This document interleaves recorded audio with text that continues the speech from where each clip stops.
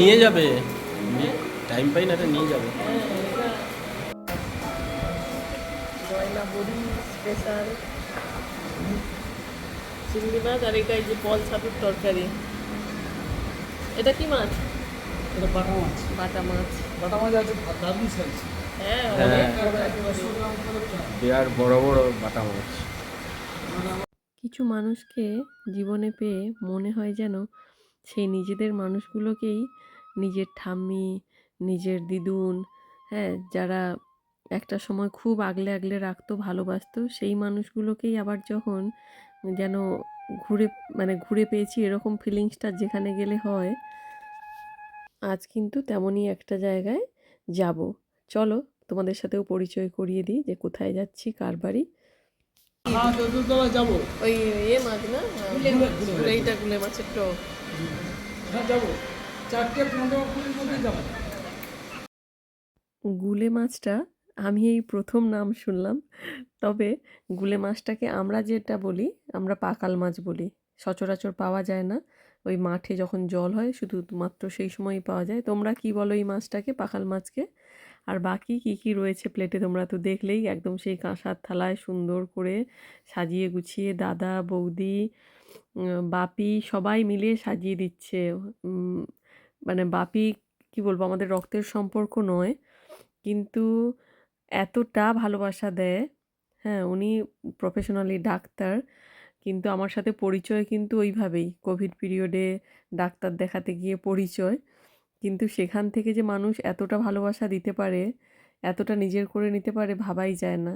এখন আমরাও প্রত্যেকবারে এলে ওনাদের সঙ্গে দেখা করতে আসি, আর বাপি যখন যেখানে যেটা পায় সব আমার জন্য গুছিয়ে গুছিয়ে রাখে। আমি তো মানে ভাবতেও পারি না বাপি যতটা আমাদের জন্য করে। মানে রাত বিরেতে অসুখ বিসুখ হলেও রাত্রি জেগে আমরা ভুলে যাই হয়তো বাপিকে ফোন করতে, বাপি ঠিক মনে করে করে আমাদেরকে ফোন করে। আমি আসবো শুনলে আগের থেকে কোথায় পল ছাতু, কোথার থেকে চাল ভাজা, মানে যেগুলো যেগুলো আমি পাই না বাইরে, সব এনে এনে কিন্তু আমার জন্য আগের থেকে রাখে। কত জামা কাপড় কিনে রেখেছে দেখো। তুমি মানে এরকম করলে আর আসা হবে না, আর আসা হবে না। আমি তোমাকে কাপড় আমি না বলছি।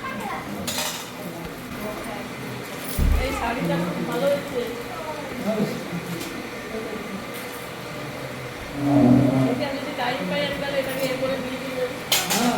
এটা নিয়ে যাবে, টাইম পাই না, এটা নিয়ে যাবে।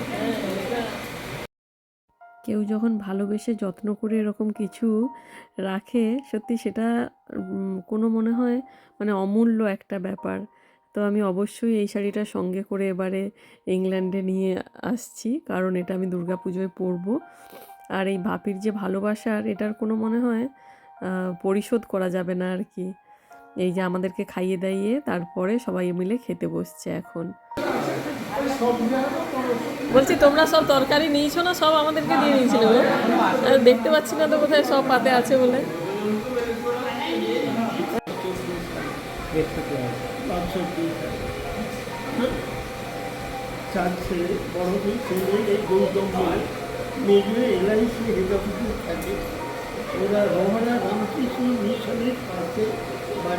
ওনার সাথে গল্প করতেও এত ভীষণ ভালো লাগছিল।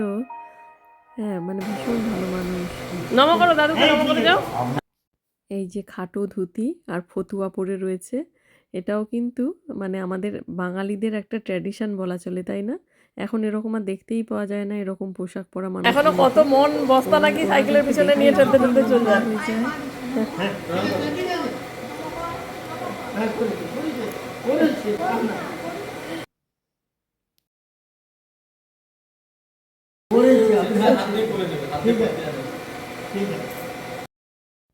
আর ওনাদের কথার মধ্যেই না একটা এত সুন্দর ভালোবাসার যেন স্নেহময় একটা পরেশ মাখা থাকে। এই যে আমাদের রাঙা ঠাম্মিও বলতে পারি, সবসময় এরকম রাঙা টুকটুকে শাড়ি পরে সামনে বছর একটু প্ল্যান করুন না। কি সুন্দর করে থাকে।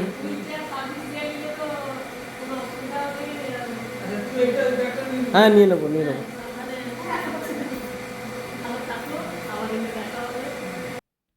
আমাদের দেখতেও যে কি ভালো লাগে, কথা বলতেও তেমনই ভালো লাগে। আগের দিনে বাপির কত জ্বর ছিল, তাও না খেয়ে দিয়ে দুপুর 3টে 3:30 অবধি আমাদের জন্য বসেছিল, কখন যাব খাওয়া দাওয়া করবে। আবার ফিরেই ওই দিন রাতেই কিন্তু আর এক ভাইয়ের বাড়িতে নেমন্তন্ন ছিল, আমাদের পাশের বাড়ি।